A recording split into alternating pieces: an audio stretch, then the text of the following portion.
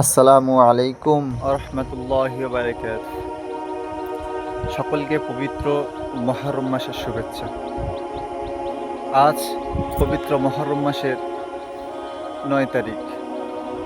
আজ আরবি মাসের ৪টি বরকতি মাসের মধ্যে একটি মাস মুহররম মাস। এই মুহররম মাসে আল্লাহ পাক আল্লাহ রাব্বুল আলামিন অনেক ফজিলাত দিয়েছেন, অনেক গুরুত্বপূর্ণ অহরহ ঘটনা ঘটিয়েছেন, নিদর্শন দিয়েছেন। আমরা যে মানুষ, আমাদের ওই পৃথিবীতে আমরা এসেছি, পৃথিবীকে দেখতে পাচ্ছি। আল্লাহ পাক আল্লাহ রাব্বুল আলামিন এই পৃথিবীকে এই যে মুহররম মাসের 10 তারিখ অর্থাৎ আশুরার দিন আল্লাহ পাক সৃষ্টি করেছেন। আজ যে মুহররম মাসে 9 তারিখ, আগামীকাল 10 তারিখ, এই 2 দিন রোজা রাখার নিয়ত করে নি সকলে।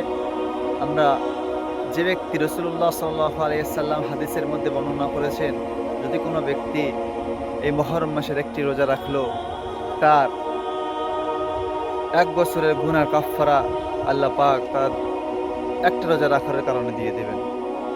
তাহলে আমরা একটা রোজা রাখা সর্বসময় একটা রোজা রাখা অথবা 2টো রোজা রাখার জন্য চেষ্টা করব।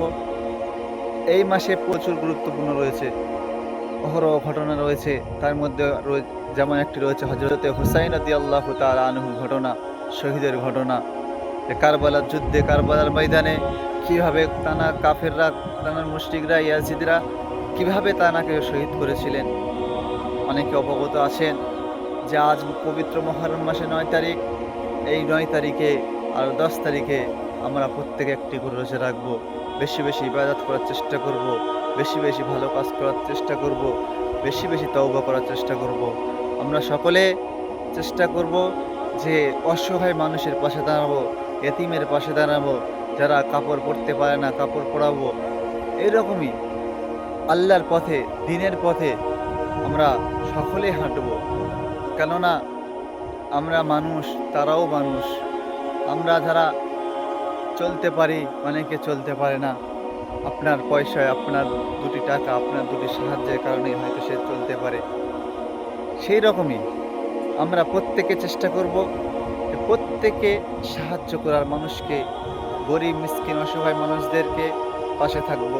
আর একটি বিশেষ গুরুত্বপূর্ণ বার্তাটি হলো এই যে আমরা মুহররম মাসের উপলক্ষে করে অনেকে গান বাজনা বাজায়, অনেকে অনেক রকম আলাপ আলোচনা করে। সেটা থেকে আমরা সর্বসময় হেফাজতে থাকব, আমরা তা থেকে বেঁচে থাকার চেষ্টা করব। কেননা ইসলামে শরিয়াতের মধ্যে এমনটা করার কোনো বিধান নাই যে তোমাদের নাচ গান করতে হবে, তাদের দুঃখ প্রকাশ করতে হবে, এরকম কোনো বিধান নেই। হযরত হুসাইন রাদিয়াল্লাহু তাআলা আনহু তিনি ইন্তেকাল করেছেন, শহীদ হয়েছিলেন ওই সময়। তো সেটা নিয়ে আমরা এখন কি করছি? বিদ্রূপ করছি, তামাশা করতেছি, হাসি ঠাট্টা করি, গান বাজনা বাজায়, কত রকম অহরহ ঘটনা ঘটাই আমরা। তা থেকে আমরা বেঁচে থাকবো। আল্লাহ পাক আল্লাহ রাব্বুল আলামিন আমাদেরকে ভোলা এবং শোনার থেকে বেশি বেশি বেঁচে থাকার তৌফিক দান করুন।